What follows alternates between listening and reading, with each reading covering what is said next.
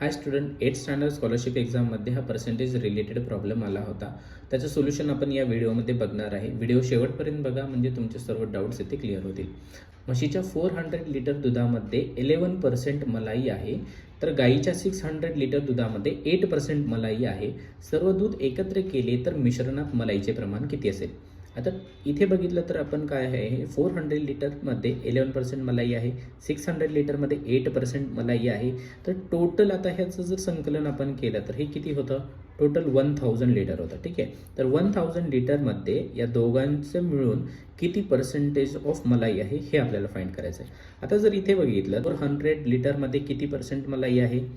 400च्या 11% जर आपण घेतलं तर ते किती येतं? 44 येतं.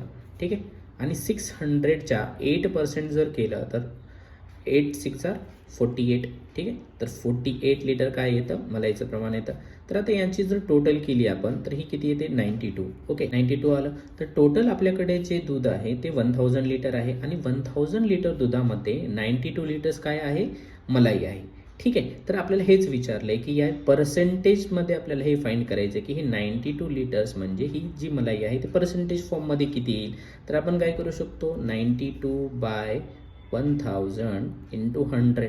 ठीक आहे, कारण आपल्याकडे काय करायचं? 92 लिटर्स आहे, 1000 मधून किती पर्सेंट आहे आपल्याला ते फाइंड करायचं आहे. मग ते आपण काय करतो? डिनॉमिनेटरला लिहितो आपण, न्यूमरेटरला 92 लिहिणार आणि मल्टिप्लाइड बाय 100.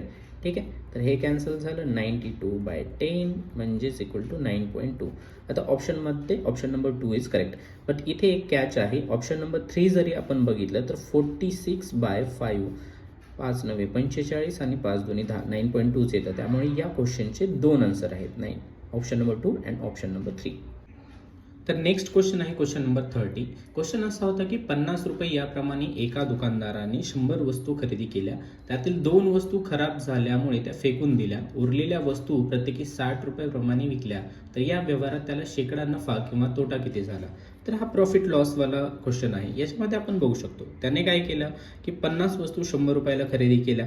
म्हणजे याचं जर आपल्याला बाईंग प्राइस काढायचं असेल, ठीक आहे, बाईंग प्राइस जर काढलं म्हणजे खरेदी कितीला केलं तर हे आपल्याला काय करावं लागेल? मल्टिप्लाय करावं लागेल. एक वस्तू 50 रुपयाला आहे तर 100 वस्तू कितीच्या होतील? 5000 रुपयाला. नेक्स्ट त्याने काय सांगितलं की या 100 वस्तूमधल्या 2 वस्तू खराब झाल्या. ऑब्विसली म्हणजे त्या वस्तू आपण विकलेल्या नाही आहेत, म्हणजे उरलेल्या किती? 98 वस्तू. 98 वस्तू 60 रुपये प्रति अशा त्याने विकल्या. म्हणजे हे टोटल किती झालं? 60 मल्टिप्लाइड बाय 98 किती येईल? 5880. आता कधी पण आपल्याला प्रॉफिट काढायचा असेल किंवा नफा जर काढायचा असेल तर तो कसा असतो की आपण जेवढ्याला खरेदी केलेल्या, जेवढ्याला आपण विकलेलं असतं, प्रॉफिट काढताना काय करायचं की नेहमी सेलिंग प्राइस जी असते त्याच्यामधनं आपण काय करतो? कॉस्ट प्राइस म्हणजे की बाईंग प्राइस जी असते ते मायनस करतो. ठीक आहे, आता सेलिंग प्राइस किती आहे आपली? 5880 मायनस बाईंग प्राइस किती आहे आपली? 5000. म्हणजे टोटल प्रॉफिट आपल्याला किती झालं आहे? 880. ओके, पण त्यांनी असं विचारलंय की पर्सेंटेजमध्ये शेकडा नफा किंवा तोटा किती झाला. आता आपल्या बाईंग प्राइसपेक्षा जर नेहमी सेलिंग प्राइस जर जास्त असेल तर नेहमी आपल्याला काय झालेला असतो? प्रॉफिट झालेला असतो. आणि जर आपल्याला बाईंग प्राइसपेक्षा सेलिंग प्राइस जर कमी असेल तर आपल्याला काय होतो? लॉस होतो. पण या स्टेटमेंटमध्ये काय आहे आपल्याला की 5000ला खरेदी केला आणि 5880 रुपयाला ते विकलं आहे. म्हणजे याच्यामध्ये आपल्याला काय झालंय? प्रॉफिट झालाय, नफा झालाय. तर जेवढा नफा झालाय त्याचं पर्सेंटेज आपल्याला काढायचं आहे. नेहमी आपण जेव्हा लॉस किंवा प्रॉफिट झालेला पर्सेंटेज असतो तो विथ रिस्पेक्ट टू आपण काय करतो? बाईंग प्राइस जी असते त्या बाईंग प्राइसच्या रिलेटेड घेत असतो.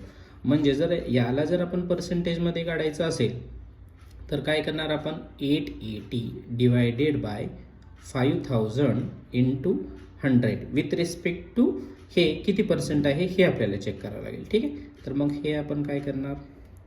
कट इथे झालं 5 1 5 5 5 7 35 आणि उरले 5 30, 17. तर फायनल आन्सर असेल 17.6. व्हिडिओ आवडला असेल तर प्लीज लाईक, शेअर आणि सबस्क्राईब करा. कमेंट करा जर तुमचे काही डाऊट्स असतील तर. थँक्यू.